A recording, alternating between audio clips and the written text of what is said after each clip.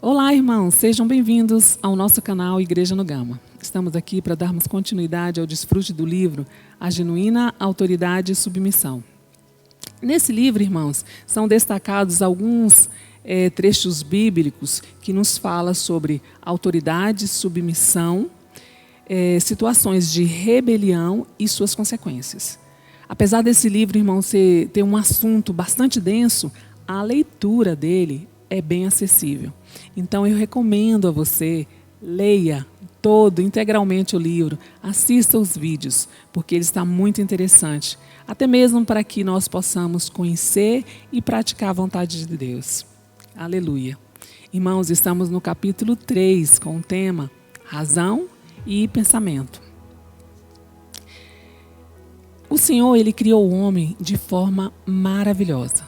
Irmãos, o projeto de Deus para o homem é criar o homem um ser tripartido, com corpo, alma e espírito. O corpo do homem foi feito do pó da terra, totalmente terreno. Porém, Deus assoprou em suas narinas o fôlego de vida. Aleluia!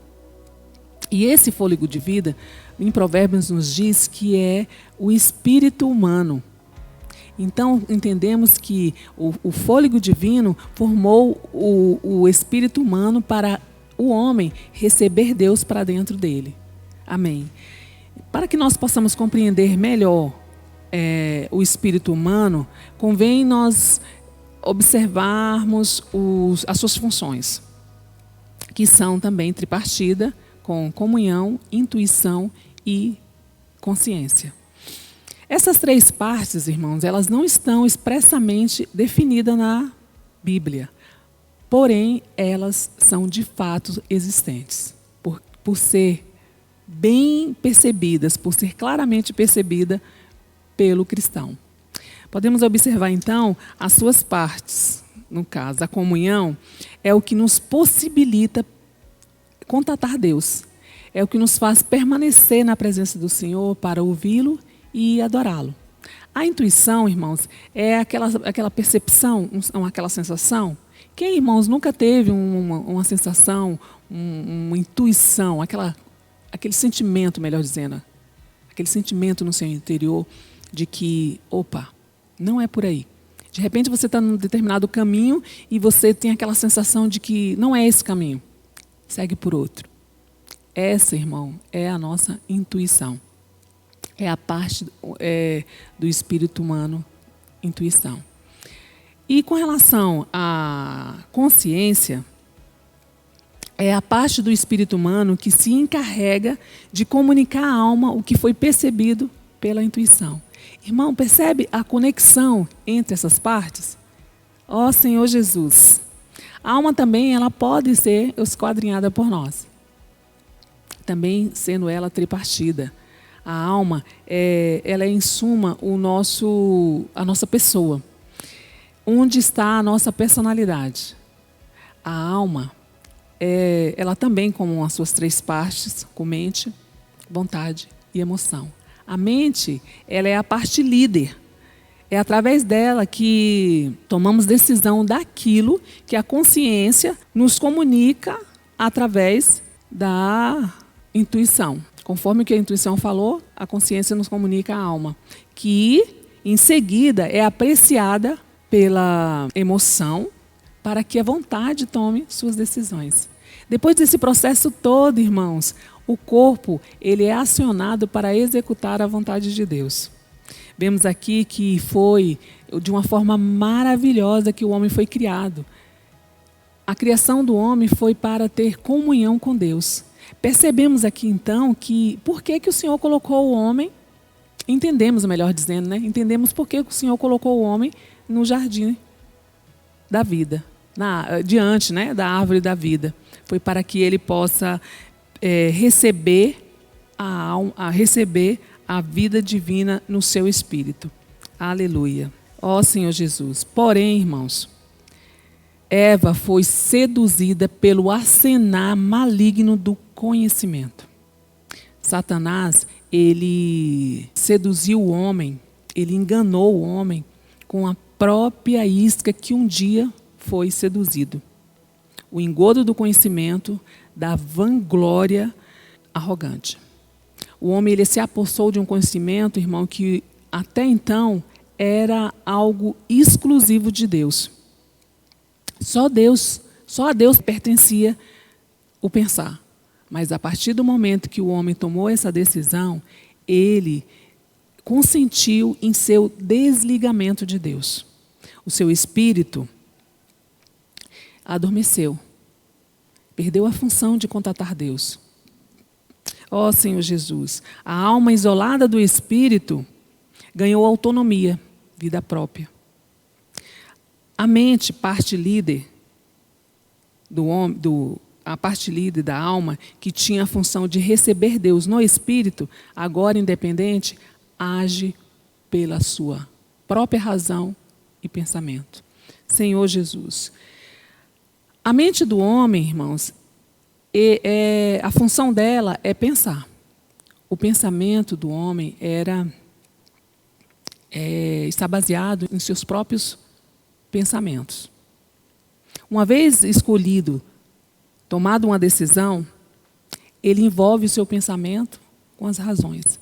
Até ali, até aquele momento, o pensamento do homem era baseado na palavra de Deus. Mas a serpente, ela apresentou ao homem um sentimento, um pensamento diferente de Deus.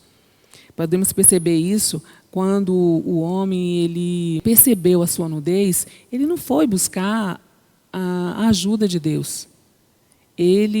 A partir dali, ele conquistou, ele já havia conquistado para si autonomia, para se basear nos seus próprios pensamentos e razões. Senhor Jesus, irmão, isso para Deus é rebeldia. Percebemos então? A gente vê aí então a ação da dupla, razão e pensamento. Ó Senhor Jesus. Satanás, em sua rebelião, ele abriu um precedente perigoso que conseguiu, através disso, afastar o homem, tirar o homem da autoridade, de debaixo da autoridade de Deus, irmãos. Por isso nós precisamos, por demais, buscar nos voltarmos para o Senhor, para assim destruir fortalezas e anular sofismas. Essa palavra, Paulo já mencionou, já abordou, né, esse assunto em 2 Coríntios 10, do 4 ao 6, que diz assim: porque as armas da nossa milícia não são carnais, e sim poderosas em Deus, para destruir fortalezas, anulando sofismas. E toda altivez que se levanta contra o conhecimento de Deus e levando cativo todo pensamento à obediência de Cristo, e estando prontos para punir toda desobediência, uma vez completa a vossa submissão. Irmãos, como naquele dia a serpente, ela corrompeu o pensamento da mulher, Eva, ela cercou os seus pensamentos com suas razões. Estamos, irmãos, sujeitos a todo o tempo a esse processo. Podemos observar essa situação em um relacionamento conjugal. Um casal, quando eles têm um desentendimento, cada um reivindica as suas razões. Se há briga, é porque ambos têm razão. Quando nós pensamos, irmãos, através da razão, quando nós agimos através da razão, quanto mais nós pensamos, mais furiosos ficamos e mais argumentos temos para subir as paredes da razão. Irmãos, no relacionamento, quando agimos pela razão, termina em ódio, morte. Ó Senhor Jesus. Talvez, irmãos, nós não estamos ainda convencidos pelo perigo de andar pelo lado bom de nossas almas. Então, vejamos o que Paulo nos diz em Efésios. Senhor Jesus, o que Paulo nos diz em Efésios 4, do 17 ao 19.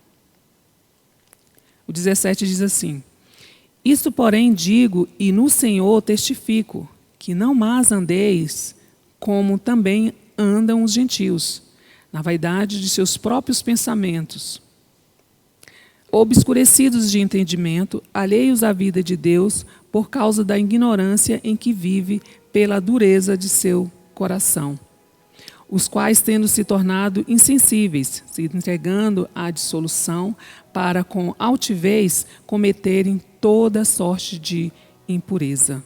Senhor Jesus. Oh, Senhor Jesus, depois da queda, irmão, o homem, ele deixou de ter comunhão com Deus, passando a viver por sua conta própria, por seus próprios pensamentos. De uma certa maneira, de princípio, é sempre boa a vontade, o desejo de servir a Deus. Mas o bom, a vontade que o homem tem, o querer que ele tem, que ele prefere fazer, sempre acaba fazendo mal. Porque ambos estão na mesma fonte da morte, irmãos. Essa foi a consequência do homem ter comido da árvore do conhecimento do bem e do mal. Leiamos também em Isaías 65, versículo 2. Estendi as mãos todo dia a um povo rebelde, que anda por caminho que não é bom, seguindo seus próprios pensamentos. Ó Senhor Jesus. O povo, por seguir seus próprios pensamentos, que não é bom, resulta em rebeldia. Ó Senhor Jesus. De que maneira então, irmãos, o homem poderia se livrar ou ser salvo dos seus próprios pensamentos? Vamos ver o que diz em Salmos 139, versículo 17. Que preciosos para mim, ó Deus, são os seus pensamentos. Então aqui nós podemos ver que a nossa salvação está em encher nossa mente com os pensamentos de Deus. Aleluia. Vamos ler também em Isaías 55. Isaías 55. 1. A todos vós, os que tendes sede, vinde às águas. E vós, os que não tendes dinheiro, vinde, comprai e comei. Sim, vinde e comprai sem dinheiro e sem preço, vinho e leite. Irmãos, o pensamento do homem, há um princípio implantado por Satanás após a sua queda, o comércio. Porém, Deus quer nos dar gratuitamente todas as suas riquezas, sem esforço e sem preço. A única exigência, irmãos, é ter sede. Também, o segredo da vida frutífera é invocar o nome do Senhor a todo tempo e em todo lugar, pois Ele é o Senhor de todos e rico para com todos os que o invocam. Também precisamos, irmãos, da palavra de Deus. É ela que vai nos ajudar, é ela que vai nos dar discernimento para que nós possamos saber onde nós estamos andando, quais são os nossos pensamentos, se é em nossa alma ou se estamos no Espírito. Graças a Deus, irmãos, pela palavra, porque se não fosse a palavra, se não fosse o Senhor para nos revelar, não sabíamos quão grave é andarmos nos nossos próprios pensamentos. Irmãos, aqui nós finalizamos o capítulo 3. Espero que vocês tenham gostado, que o Senhor possa nos conceder sede e fome de sua palavra, que possamos lembrar de estar invocando o nome do Senhor a cada momento, que o Senhor possa continuar nos abençoando. Se você gostou da mensagem, deixe o seu like e até o próximo capítulo. Deus abençoe.